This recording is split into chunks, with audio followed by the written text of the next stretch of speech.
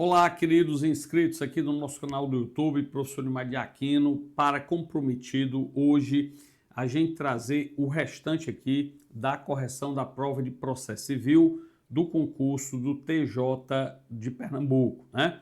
Ontem nós colocamos aqui o vídeo do canal corrigindo a prova de direito civil e mais 4 questões, as 4 primeiras questões da prova de processo civil. Hoje nós vamos resolver as outras 8 questões de processo civil para que assim a gente finalize a correção da prova de direito civil e também de processo civil, beleza? Então vamos lá, tá aí ó na sua tela a primeira questão de hoje, que é a questão de número 38. A respeito do Instituto da Revelia, analise as afirmativas abaixo. 1. Quando o réu não contestar a ação, será considerado revel e serão presumidas verdadeiras as alegações de fato formuladas pela parte autora. Assertiva 1, verdadeira, pessoal. Nós já sabemos que revelia é a ausência de contestação, né? Então, é uma situação eminentemente fática. O réu não contestou, ele é revel. Agora, a revelia é que pode produzir 2 efeitos, o efeito material e o efeito processual. O efeito material da revelia, que sem dúvida é o mais importante, né, porque é aquele que acarreta maiores prejuízos ao réu revel, é a presunção de veracidade de todos os fatos apresentados pelo autor em sua inicial. Então, a assertiva 1 está correta, aliás, assertiva, ou melhor dizendo, questão sobre revelia, né, que todas as assertivas foram comentadas no curso também de questões. Nós batemos muito aqui na tecla dos efeitos da revelia, principalmente o efeito material, tá? Então, voltando aqui, inciso 2, o revel poderá intervir no processo em qualquer fase e serão anulados atos processuais praticados até então. Falsa assertiva 2. Não, pessoal, veja, o réu revel, ele pode intervir no feito a qualquer tempo, mas ele recebe o processo no estado em que ele se encontrar. Ou seja, os atos processuais anteriormente praticados não serão refeitos pelo ingresso do réu revel, tá?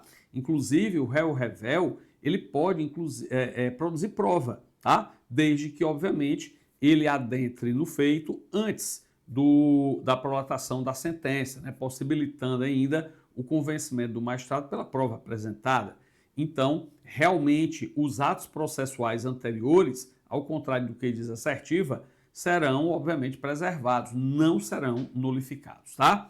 E aí, voltando para a terceira assertiva, não se aplica a pena de revelia quando o litígio versar sobre direitos indisponíveis, verdadeiro, né? Nós vimos as situações aqui em que a revelia ela não gera o seu principal efeito, que é o efeito material, a presunção de veracidade. Então, são várias hipóteses. Por exemplo, se houver um litisconsórcio passivo, uma pluralidade de réus no dizer, né, do texto da lei processual e um deles contestar a ação, não há produção de efeito material da revelia. A outra situação é exatamente essa aqui descrita na questão. Se o feito tratar, versar sobre direitos indisponíveis, não há efeito material da revelia, né? Então, entenda você que existem situações em que a revelia não produz o seu principal efeito, que é o efeito material. E um deles, muito debatido, eu coloquei questões no nosso curso tratando de todas essas exceções e uma das mais destacadas pela própria banca caiu na prova novamente. Daí a importância de você estudar por questões. Porque, como eu dizia lá no curso, eu tinha certeza que na prova iriam aparecer as mesmas questões. Não deu outra. Claro, a roupagem eles mudam, né? Envelopam a questão de forma diferente, mas a essência, o conteúdo é sempre o mesmo.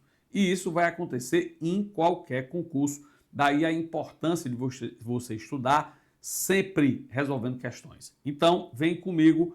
Vamos para a quarta hipótese. Havendo, meus caros, pluralidade de réus e apenas algum deles contestar, a revelia será aplicada aos demais. Ora, aqui, questão errada E note, revelia, como eu disse, é uma situação eminentemente fática. Não contestou, o réu é revel. Então, obviamente, que se houver litisconsórcio passivos e só um deles contestar, observe, os outros serão revéus, beleza? Serão revéus porque não apresentaram contestação. Agora, o efeito material, que é a presunção de veracidade em relação à matéria fática apresentada pelo autor inicial, é que não vai incidir, beleza? Então, as respostas corretas 1 e 3, né? Então, D de dado é a nossa resposta aqui, 1 e 3, beleza? Lembrando que eu estou fazendo aqui a prova do tipo C, que foi aquela que chegou nas minhas mãos, tá? 38, vamos avançar mais um pouco, vamos para a questão 39. A respeito do recurso de apelação, também falamos muito no curso de questões sobre apelação. Assinar a alternativa correta, item A. As questões de fato, ele quer, note, a correta, né? As questões de fato que não tenham sido propostas no juízo inferior poderão ser suscitadas no recurso de apelação, caso a parte prove que deixou de fazê-lo por motivo de força maior. Verdade, pessoal, essa assertiva aqui está correta. E aí, presta atenção aqui, beleza? Cuidado, porque o recorrente na apelação, ele tem que levar a conhecimento do tribunal os fatos já ocorridos e alegados durante o processo. Mas, se ele demonstrar que está inovando ali na demanda, apresentar um fato novo na apelação e dizer aos desembargadores do tribunal, ou eventualmente, né, a algum dos ministros, lembrando que os tribunais superiores exigem um pré-questionamento. No caso da apelação, é que pode, obviamente, ser alegado aqui no TJ ou no TRF, no caso da Justiça Comum, né? E aí, ele alegar que está apresentando pela primeira vez aquela matéria fática, mas porque realmente houve uma justa causa, um motivo de força maior, um motivo poderoso que o impediu de alegar no momento processual oportuno. Então, pode ser aceita essa alegação, sim, há expressa exceção no CPC sobre isso. Então, A de avião está correta, vamos para as demais, beleza? B de bola. Quando o pedido ou a defesa contiver mais de um fundamento e o juiz acolher apenas um deles, o recurso de apelação devolverá ao tribunal somente o conhecimento deste. Está errado, tá? Está errado. Somente o conhecimento deste está errado. O recurso de apelação, em verdade, devolverá ao tribunal o conhecimento das demais matérias.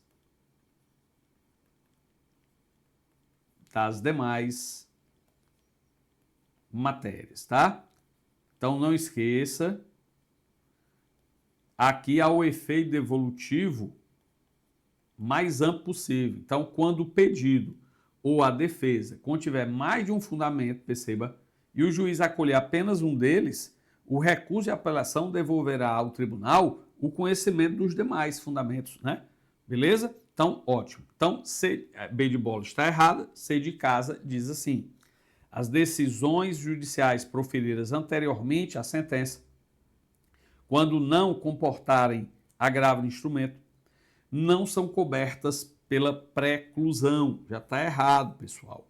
É exatamente o contrário. O novo regime do agravo de instrumento exige a interposição do recurso de agravo apenas em relação às decisões interlocutórias urgentes, é dizer, aquelas que causam prejuízo imediato à parte em relação ao seu direito material.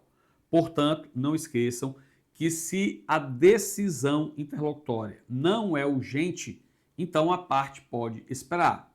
A parte pode esperar e no sistema atual do CPC de 2015, essa matéria não é mais submetida à preclusão, possibilitando assim a parte prejudicada recorrer ao final do processo, ou em contrarrazões de apelação ou nas contrarrazões, beleza? Ótimo, vem aqui comigo, D de dado, a apelação será interposta por petição dirigida ao juiz de primeiro grau, perfeito, tá? Você interpõe a apelação no próprio juiz, no próprio órgão jurisdicional que proferiu a decisão, que é o juiz de primeiro grau, beleza? E conterá os nomes e a qualificação das partes, perfeito. A exposição do fato e do direito, também perfeito. As razões do pedido ou de reforma ou de anulação da sentença, também correto. Lembrando que o pedido de anulação é para caso de erro no procedimento e, no caso do erro do julgamento, é que é pedida a reforma, tá? E aí ele coloca dispensando pedido de nova decisão. Errado, pessoal. É, obviamente, exigido pelo Código pedido de nova decisão. Lembrando, a decisão que é proferida em julgamento de recurso substitui a decisão anteriormente proferida pelo juízo, aquela decisão impugnada pelo recurso. É o efeito substitutivo. Então, nós temos sim o pedido de uma nova decisão como exigência do procedimento. Então, a de avião é realmente a nossa resposta. Vamos avançar. Vamos para a questão 42. Deixa eu tomar uma água e aí a gente continua. A respeito dos elementos essenciais da sentença, também no nosso curso de questões, nós vimos questões sobre isso. Assinale a alternativa de novo, correta. Item A. O dispositivo é requisito da sentença, em que o juiz resolverá as questões principais que as partes lhe submeterem, podendo ser dispensado nas causas de menor complexidade. Absurdo, né? Claro que não. Ora, a parte dispositiva da sentença é onde o juiz julga a causa, né? Deferindo ou indeferindo o pedido do autor. Ora, meu amigo, todos os elementos da sentença, seja o relatório, fundamentação e dispositivo, hoje, atualmente no CPC, são essenciais. Se são essenciais, não podem faltar. Mas a parte dispositiva tem que ter em todo lugar. Então, dispensar nas causas de menor complexidade, absurdo total, tem que ter a parte onde o juiz vai julgar a causa, né? Beleza? A de avião, errada, assertiva. Vamos para a B de bola. É elemento essencial da sentença, o relatório. Acabei de dizer, todas as partes são essenciais. Que conterá os nomes das partes, a identificação do caso, com a suma, o resumo do pedido da contestação e o registro das principais ocorrências havidas no andamento do processo. Exatamente, meus caros. É exatamente aqui onde o juiz mostra às partes o conhecimento da causa que ele está julgando, fazendo um resumo dos acontecimentos mais relevantes que ocorreram no curso do processo, beleza? Então, vem comigo, vamos para a C de casa para confirmar. Os conceitos jurídicos indeterminados pela sua própria natureza prescindem de motivação sobre incidência no caso concreto. Ao contrário, tá? Assertiva errada. Eu já disse, inclusive no curso de questões para os alunos que adquiriram, que o artigo 489, parágrafo 1º do CPC, ele traz um rol de situações onde a decisão não se considera bem fundamentada, onde a decisão judicial não se considera bem fundamentada ou com fundamentação insuficiente, tá? E uma das hipóteses é esse, quando o juiz se vale de conceitos jurídicos indeterminados, que são conceitos abertos demais e não os relacionam com a especificidade da causa, tá? É isso que é importante você lembrar. A assertiva C de casa está errada. Vamos para a assertiva D de dada. É fundamentada a sentença que se limite a indicar, reproduzir ou parafrasear ato normativo ou precedente dos tribunais diante do princípio da celeridade. Errado de novo. Ora, o juiz ele não pode mais se valer da tão falada paráfrase, né? Por quê? Porque ele não pode reproduzir, mesmo que com suas palavras, o dispositivo legal ou se utilizar de um precedente judicial sem relacioná-lo com a causa, com a especificidade da causa. O importante é o magistrado sempre se valer dos próprios fundamentos, dos próprios fatos que foram debatidos ao longo do processo, do direito que foi utilizado para relacionar esses dispositivos legais ou esses precedentes com as especificidades da causa, beleza? Então tá errado, é uma das situações em que a adesão não é considerada fundamentada, A, D de dado. Resposta correta realmente, B de bola. Vamos avançar, questão 43. Agora, ele quer a assertiva alternativa errada, a incorreta. Assinale a alternativa incorreta, item A. Considera-se litigante de má-fé aquele que proceder de modo temerário em qualquer incidente ou ato do processo. Assertiva aqui, pessoal, correta. Como vocês devem lembrar, e a gente sempre oportuniza, no curso teórico tem isso, né? No curso de questões, eu coloquei para vocês essa importante diferença. Por quê? Porque o artigo 80 traz o rol das hipóteses em que se considera que a parte agiu em litigância de má-fé. E o artigo 77, ele traz o rol das hipóteses que são as condutas, aquelas condutas que devem ser observadas pelas partes, né? O rol do 77, ele traz a atitude esperada em conformidade com a boa-fé objetiva, a boa-fé processual das partes, né? Para que elas tenham um comportamento idôneo, para que elas tenham um comportamento probo, cooperativo, né? Que realmente não seja contraditório, enfim. Então, vem aqui porque ele está perguntando uma das hipóteses de litigância de má-fé, artigo 80 do CPC, e uma das hipóteses é exatamente quando a parte se comporta de modo temerário em qualquer incidente ou ato do processo, tá? Então, a assertiva A de avião, ela está correta. B de bola, quando o inventariante for dativo, lembrando que o inventariante aqui, ele é, obviamente, o representante, pessoal, do espólio, tá? Mas aqui o inventariante é dativo, ou seja, não é nenhum dos herdeiros. E, portanto, foi nenhum dos herdeiros teve interesse, por exemplo, e o juiz nomeou um inventariante dativo, inclusive sendo remunerado pelo próprio patrimônio do falecido. E nesse caso, obviamente que os herdeiros dessa pessoa, os sucessores do falecido, deverão ser intimados, né? Então, veja que está aí, ó, B de bola. Quando o inventariante for dativo, os sucessores do falecido serão intimados no processo no qual o espólio seja parte, correto, né? Então, se o inventariante for um dos sucessores, obviamente não tem problema. Agora, se for dativo, nomeado pelo juiz, serão intimados, obviamente, no processo no qual o espólio seja parte, né? E aí, pessoal, o artigo 77, como eu disse para vocês, ele traz as condutas que devem ser observadas pelas partes durante o processo. Cuidado para você não confundir com as hipóteses de litigância de má-fé no artigo 80. Lembrando que violação de algumas situações do 77 representa até ato atentatório à dignidade da justiça, né? E é muito comum essas questões em prova. O examinador fazendo esse jogo com o candidato. Ou fala das hipóteses de litigância de má-fé ou de ato atentatório à dignidade da justiça. Você tem que ter calma, estudar bem essas hipóteses para não esquecer na hora da prova e perder uma questão como essa. Olha o que é que diz o item C.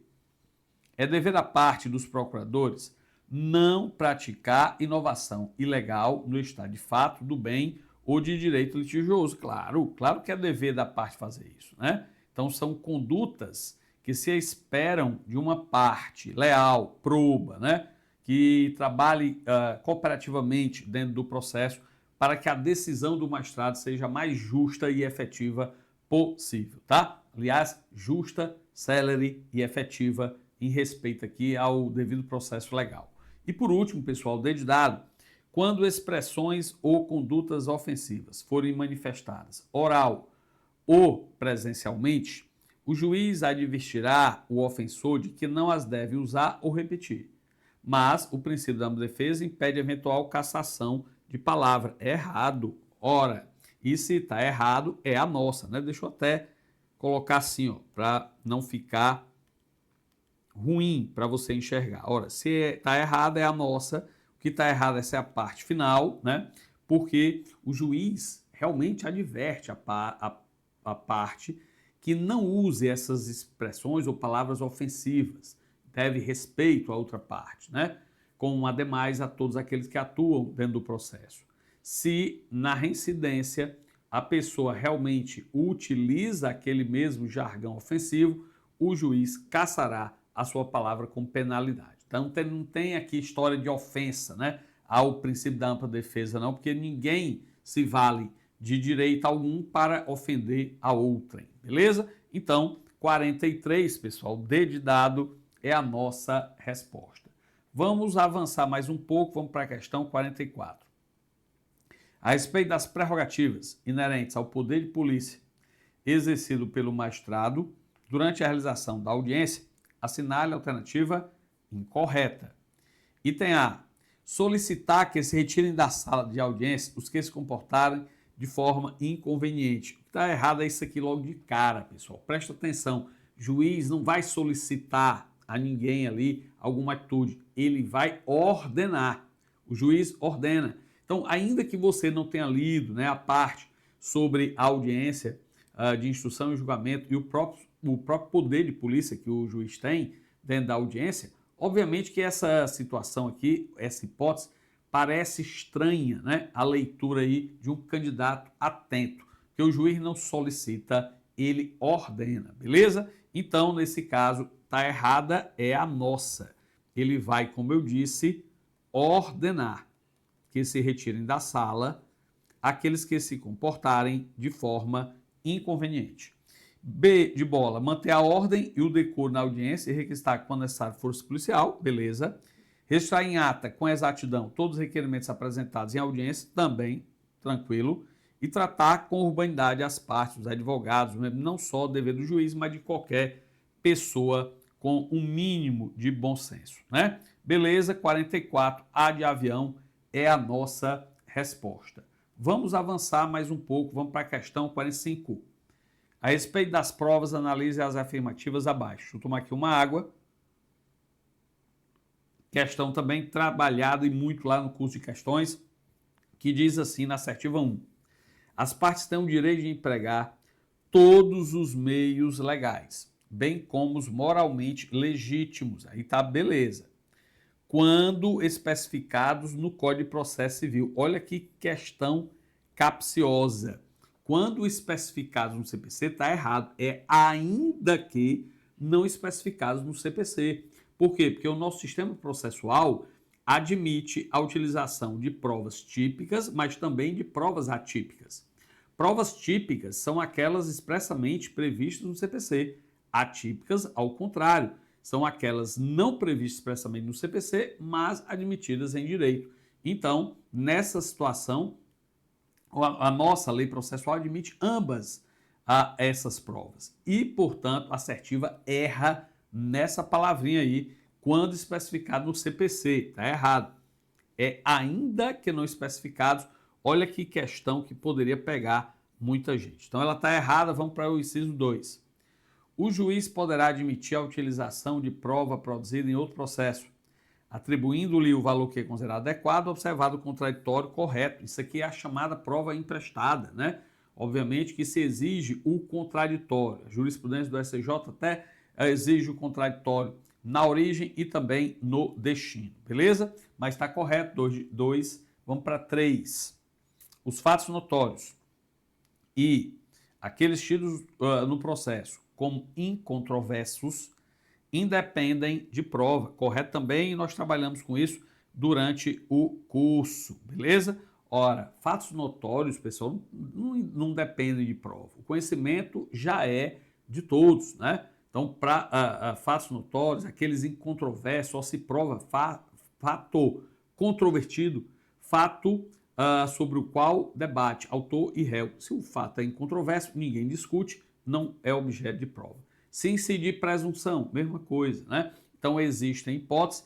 Nesse caso, a assertiva está correta. Vamos para 4. O ônus da prova incumbe ao autor quanto ao fato constitutivo de seu direito e ao réu quanto à existência de fato impeditivo, modificativo ou extintivo do direito do autor. Mas o juiz poderá inverter o ônus da prova quando julgar conveniente. Está errado. Quando julgar conveniente, nada. 2 e 3, então, A de avião. Lembrando que essa última assertiva, ele começou com a regra correta, porque, via de regra, o ônus da prova é bem fácil de você entender. Deve provar aquele que realiza a alegação. Por isso que os fatos constitutivos do seu direito devem ser provados pelo autor. E o fato impeditivo, modificativo ou extintivo do direito do autor deve ser comprovado pela defesa, pelo réu. Agora, lembre-se que essa regra é excepcionada pela teoria dinâmica do ônus da prova, onde o juiz ele vai analisar o caso concreto e vai fundamentar, justificar a razão pela qual ele está determinando que a parte que tenha as melhores condições de comprovar a existência e a veracidade de um determinado fato o faça, né? Valendo-se da teoria dinâmica, do ônus da prova, que no curso até eu dei exemplos concretos. Então, realmente existe essa hipótese do juiz considerar a prova da existência e da veracidade do fato pela pessoa que, diante do caso concreto, tem a melhor condição de fazer essa prova, mas não é quando ele bem quiser entender. É sempre relacionando as especificidades do caso, tá? Então, realmente, a assertiva correta 1, 2, né, e 3, A de avião. E aí, a próxima questão, como sempre, é uma questão de ação civil pública, mandado de segurança, ele colocou os dois. Questão 49, a ação civil tem se revelado, sobretudo, ação civil pública, a partir da Constituição de 88, um dos instrumentos mais importantes para a tutela processual dos direitos difusos e coletivos, individuais e homogêneos.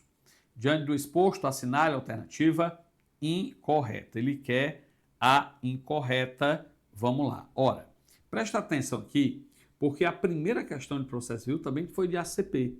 Só que lá se questionava a legitimidade, que eu destacava até no curso como um dos pontos mais importantes abordados em prova. Se confirmou, caiu. E agora ele quer saber o seguinte: quais são os direitos e os interesses difusos, coletivos, individuais e homogêneos protegidos pela lei da ação civil pública, pela lei da ACP. E no artigo 1º, o legislador já traz esse rol, ampliando muito o rol lá da ação popular, né? Até porque a ação civil pública, a lei da ação civil pública foi editada muito depois da lei da ação popular, onde esse estudo dos chamados direitos transindividuais já estava muito mais desenvolvido. Então vamos lá, é isso que ele quer saber. Ele diz assim, ó, item A. A ação civil pública não comporta as hipóteses que ocorre infração à ordem econômica. Está errado. Quando isso não comporta, já está errado. É a nossa resposta. Comporta sim infração à ordem econômica, infração à ordem urbanística. Então está errado. Preste atenção que para acertar esse tipo aqui de questão, você tinha que saber esse rol, esses detalhes numa prova de TEC, são muito abordados. Está aí mais uma vez a prova. B de bola, a ação civil pública se presta à tutela do meio ambiente e do consumidor, sim, se presta. Cabe para a defesa de bens, direitos de valor artístico, estético, histórico, turístico, paisagístico também cabe, né? E então ele está querendo incorreta, B e C não são porque estão corretas.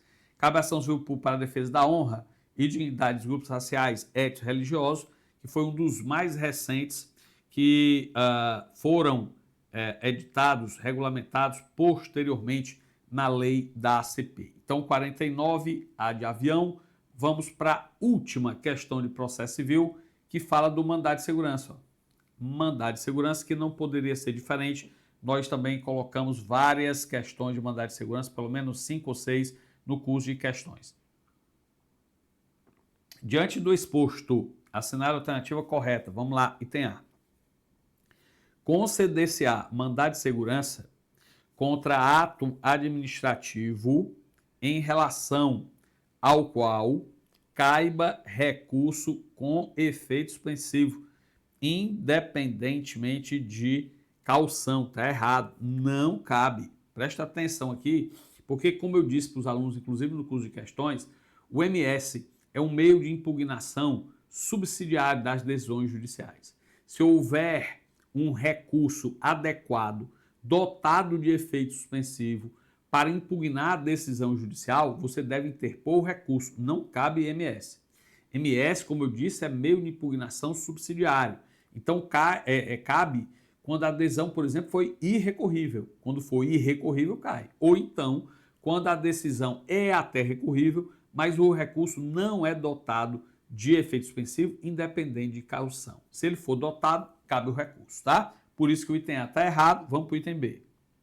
A sentença concessiva da segurança não está sujeita ao reexame necessário. É errado.